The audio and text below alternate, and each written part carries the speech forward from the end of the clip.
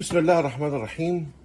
هوريكم دلوقتي طريقة عمل الشوربة بشوية مكونات بسيطة وفي نفس الوقت يعني مفيدة جدا جدا للكبار والصغيرين.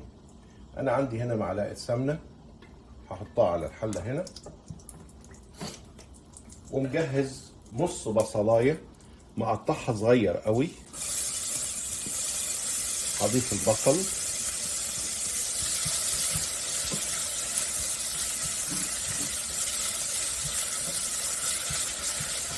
عندي جزرتين مقطعهم مكعبات صغيره زي ما انتم شايفين كده، بضيفهم مع الجزر.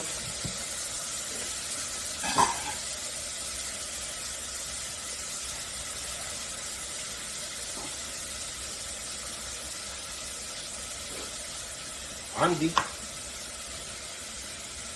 بطاطس مقطعها مكعبات صغيره، دول حبيتين بطاطس متوسطي الحجم مكعبات صغيره، وانا سبت الثلاثه الاربعه دول انا مقطعها زي كانك هتحمريها يعني. وباجي هنا وبروح مقطعهم مكعبات صغيره بالشكل ده.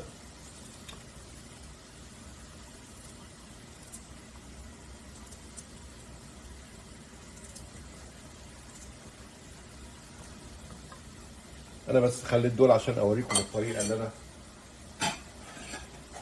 بعمل بيها. اقلب الكلام ده كله مع النص بصلايه اللي انا عملتها، اخليهم بس يتشوحوا مع بعض شويه.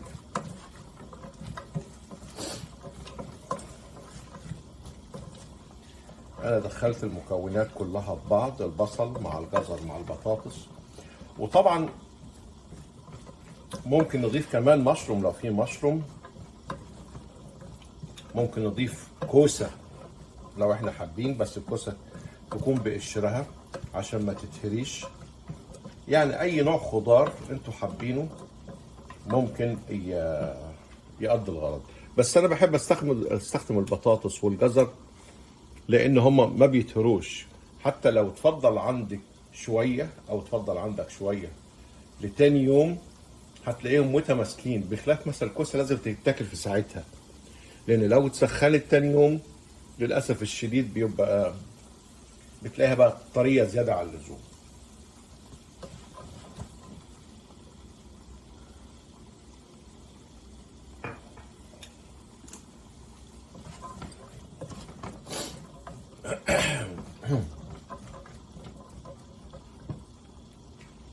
انا عندي شوربه لحمه او شوربه فراخ، اللي موجود عندكم بنضيفه على المكونات ديت بعد ما يكونوا تداخلوا مع بعض.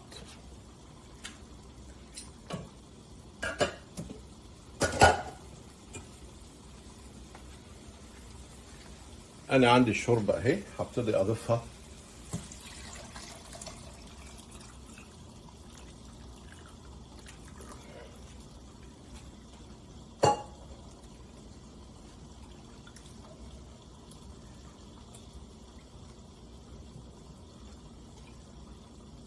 وده كان فيديو الشوربه بتاعنا، وبالهنا والشفا. بسم الله الرحمن الرحيم. معكم محمد شحاته، سلسله فيديوهات الحياه في امريكا. بوريكم دايما عمايل طبيخ بعض الحاجات بطريقه بسيطه وسهله. ده طبق شوربه كويس. الشوربه معموله بالجزر والبطاطس ونص بصلايه متقطعه صغير، ومضاف اليها معلقه صلصه طماطم. ده شكل الطبق النهائي بعد ما عملناه.